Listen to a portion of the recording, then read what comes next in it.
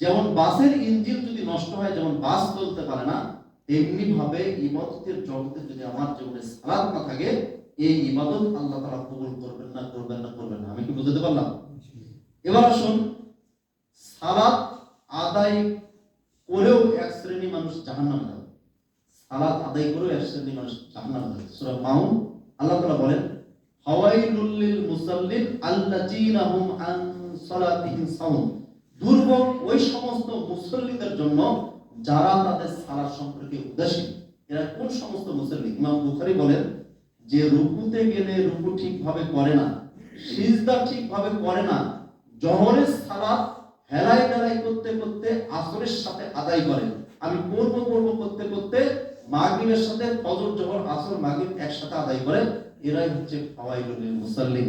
আল্লাহ রাসূল বলেন, পৃথিবীতে ওই ব্যক্তি হচ্ছে সর্বনিকৃষ্ট চোর। পৃথিবীতে ওই ব্যক্তি সর্বনিকৃষ্ট চোর, তার উপরে পৃথিবীতে আর চোর হতে পারে না। সাহাবী ইকরাম জিজ্ঞেস করলেন, কোন সে ব্যক্তি যে সর্বাপেক্ষা চোর?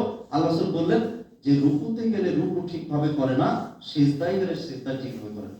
বিভিন্ন মসজিদে দেখা যায় যে আপনি দেখবেন মসজিদে আসে, এসে সামনে তাকায়, সামনে লাইট কয়টা আছে, ফ্যান কয়টা আছে, এইভাবে তাকিয়ে থেকে দেখে। এরপরে অনেক সময় দেখা যায় মসজিদে সালাত আদায় করার সময় একজন ব্যক্তি আসলেন, 2 মিনিটের মধ্যে 4 রাকাত সালাত শেষ করে চলে গেলেন। এটা কি হলো? এটা কি রাসূল সাল্লাল্লাহু আলাইহি ওয়াসাল্লামের পদ্ধতি অনুযায়ী সালাত হলো? এই সালাত আদায়কারীকে বলা হচ্ছে ফাওয়াইলুল লিল মুসাল্লিন আল্লাযীনা হুম আন সালাতিহিম সাহুন। দুর্ভোগ ওই সমস্ত মুসল্লিদের জন্য যারা তাদের সালাত সম্পর্কে উদাসীন। আমি যদি প্রথমে তাকবীর দিয়ে সালাত শুরু করি, এরপরে তাকবীরের পরে যে আমরা সানাটা করি, সানাটা কি করি? আল্লাহুম্মা বাঈদ বাইনি ওয়া বাইনা খাতায়ায়া কামা বা'আদতা বাইনাল মাশরিকি ওয়াল মাগরিব। হে আল্লাহ, আপনি আমার পাপকে এমন দূরত্ব সৃষ্টি করে দেন যেমন দূরত্ব আপনি সৃষ্টি করেছেন পূর্ব এবং পশ্চিম।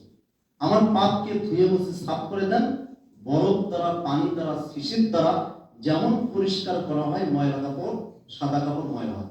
এর উপরে আর কোনো দোয়া থাকতে পারে? এরপরে দেখবেন কয় মিনিট সময় লাগে। এরপরে সূরা ফাতিহা পড়তে আপনার কতটুকু সময় লাগে। এরপরে অন্য একটা সূরা পড়তে আপনার কতটুকু সময় লাগে। এরপরে রুকুতে গিয়ে সুবহানাকা আল্লাহুম্মা রাব্বানা ওয়া বিহামদিকা আল্লাহুম্মা মাগফিরলি, সুবহানাকা আল্লাহুম্মা রাব্বানা ওয়া বিহামদিকা আল্লাহুম্মা মাগফিরলি। এছাড়া আরো অগণিত দোয়া আছে, সুবহানা রাব্বিয়াল আযীম কমপক্ষে 3 বার। এটুকু করতে আপনার কতটুকু সময় লাগে।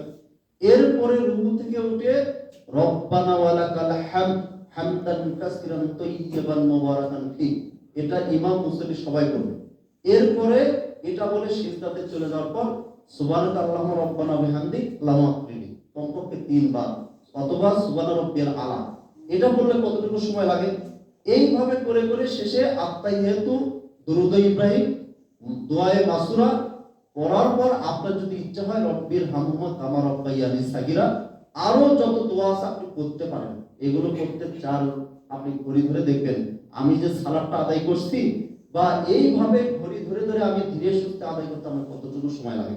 এইভাবে একদিন আপনি পরখ করে দেখবেন। এই সালাত যদি কবুল করতে গেলে 3টা জিনিস লাগবে। এই সালাত যদি আপনার আল্লাহর দরবারে আমরা পৌঁছতে চাই, কবুল করতে চাই, তাহলে 3টা জিনিস অবশ্যই আমাদের লাগবে। 1 নম্বর হচ্ছে হালাল রুজি। হারাম খেয়ে কখনো ইবাদত আল্লাহর দরবারে কবুল হবে না। আবু বকর রাদিয়াল্লাহু আনহু বলেন, লা ইয়াদখুলুল জান্নাতা জাসাদান গুদিয়া বিল হারাম। ওই ব্যক্তির দেহ কখনোই জান্নাতে প্রবেশ করবে না যে ব্যক্তির দেহ হারাম খাদ্য দ্বারা গঠিত। বনী ইসরায়েলের যুগের এক ব্যক্তির পোশাক হারাম, অর্থাৎ পোশাকটা কিনেছে হারাম টাকায়। এক ব্যক্তির খাদ্য হারাম, এক ব্যক্তির পানি হারাম। মরুভূমিতে গিয়ে হাত তুলে বলছে, ইয়া রব্বুল আলামিন, আমি ধ্বংস হয়ে গেছি, আমাকে পবিত্র করুন। আল্লাহ তাআলা বলেন, আলাতুম, আমি আল্লাহ পবিত্র, আমি পবিত্র বস্তু ছাড়া কারো কোনো দোয়া কবুল করি না। ওই ব্যক্তি যে পোশাকটা পরেছে ওটা হারাম, যে খাদ্যটা খেয়েছে ওটা হারাম, যে পানিটা খেয়েছে ওটা হারাম, অতএব ওই ব্যক্তির দোয়া কবুল করা হবে না। এই জন্য ওই ব্যক্তির দোয়া কবুল করা হয় না। আজকে বেশিরভাগ ক্ষেত্রে একজন ব্যক্তি 30 বছর যাবত সালাত আদায় করে, কিন্তু সে অন্যায় কথা ছাড়তে পারে না। একজন ব্যক্তি 40 বছর যাবত সালাত আদায় করে, কিন্তু সে অশ্লীল কর্ম ছাড়তে পারে না। তার আল্লাহ তাআলা যে বলেছেন, ইন্নাস সালাতি তানহা আনিল ফাহশাই ওয়াল মুনকার, নিশ্চয়ই সালাত মানুষকে অশ্লীল আর বেহায়ার কাছ থেকে দূরে রাখে। তাহলে সালাত আদায় করে যদি অশ্লীল আর বেহায়ার কাছ থেকে আমরা দূর হতে না পারি, তাহলে বুঝতে হবে আল্লাহ তাআলা সালাত আমাদের কবুল করছেন না। এটা গেল এক নম্বর। দ্বিতীয় নম্বর পদ্ধতি হচ্ছে আল্লাহর দরবারে সালাত কবুল হতে গেলে মাধ্যম হচ্ছে রাসূলের তরিকায় সালাত আদায় করতে হবে। আমি এমনিতে এসে 2 মিনিটের মধ্যে সালাত শেষ করে দেব, এই সালাতকে আল্লাহ কবুল করবেন না। খুশুর সহিত সালাত আদায় করতে হবে। মা আয়েশা রাদিয়াল্লাহু জিজ্ঞাসা করা হয়েছিল রাসূল সাল্লাল্লাহু আলাইহি ওয়াসাল্লাম কিভাবে সালাত আদায় করতেন, তখন মা আয়েশা রাদিয়াল্লাহু বললেন, তিনি যখন রুকুতে যেতেন, সিজদায় যেতেন, মনে হতো তিনি আর সিজদা থেকে উঠবেন না। অর্থাৎ একটা পুরাতন নদীর কিনারায় এক মাস যাবত একটা কাজ পড়ে আছে, সেটাকে তোলা হয়নি। তেমনি ভাবে রাসূল সাল্লাল্লাহু আলাইহি ওয়াসাল্লাম যখন সিজদা দিতেন, মনে হয় তিনি সিজদা থেকে আর উঠবেন না।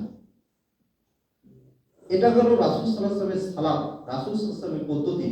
এবার এক সাহাবী আসলেন, এসে সালাত আদায় করলেন, রাসূল সাল্লাল্লাহু আলাইহি ওয়াসাল্লামকে সালাম দিলেন।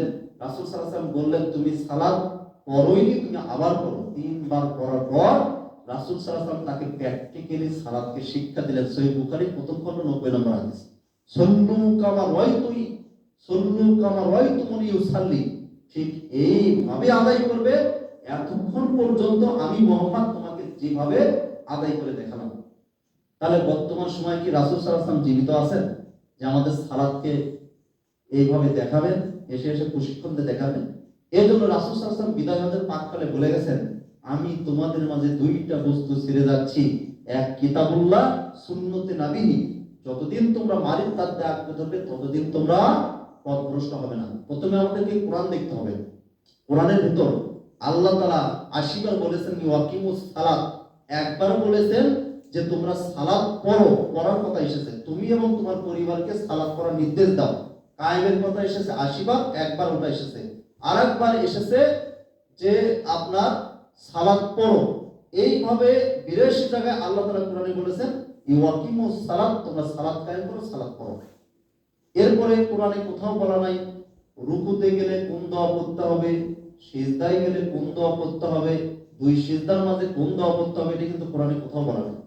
এরপরে হাদিসে দেখতে হবে, হাদিসে রাসূল সাল্লাল্লাহু আলাইহি ওয়াসাল্লাম সহিহ বুখারী, মুসলিম, আবু দাউদ, তিরমিজিতে তাকবীর থেকে সালাম ফেরানো পর্যন্ত কোন পদ্ধতিতে আদায় করেছেন সম্পূর্ণ বর্ণনা ওখানে দেওয়া আছে। আমি বুঝাতে পারলাম? এই জন্য বর্তমান সময়ে আমরা যদি রাসূল সাল্লাল্লাহু আলাইহি ওয়াসাল্লামের সালাতকে শিখতে চাই, মুহতারাম আমিরে জামাত প্রফেসর আসাদুল্লাহ গালিব স্যারের একটা বই বের হয়েছে, বইটার নাম হচ্ছে সালাতুর রাসূল সাল্লাল্লাহু আলাইহি ওয়াসাল্লাম। বর্তমান বিশ্বে এই বইটা 5 ভাষায় অনুবাদ হয়ে প্রকাশিত হচ্ছে। বাংলা ভাষায় সালাতুর রাসূল, ইংরেজি ভাষায় সালাতুর রাসূল, উর্দু ভাষায় সালাতুর রাসূল, তারপরে আপনার চাইনিজ ভাষায় সালাতুর রাসূল, আর একটা হচ্ছে অসমীয়া ভাষায় সালাতুর রাসূল। এই 5টা ভাষায় সালাতুর রাসূল অনুবাদ হয়ে গোটা বিশ্ব পরিচালিত হচ্ছে। এটা পড়ে পড়ে মানুষ রাসূল সাল্লাল্লাহু আলাইহি ওয়াসাল্লামের সালাত পড়া শিখছেন। আমি মনে করি আপনি এই বইটা কেনার পর কমপক্ষে 10 থেকে 20 বার আপনি পড়বেন, আপনার স্ত্রীকে পড়াবেন। এতে উপকার কি? উপকার হবে আপনার পিতা মারা যাওয়ার পর, আপনার সন্তান মারা যাওয়ার পর আলাদা করে আর আলেমকে ডেকে এসে জানাজা পড়াতে হবে।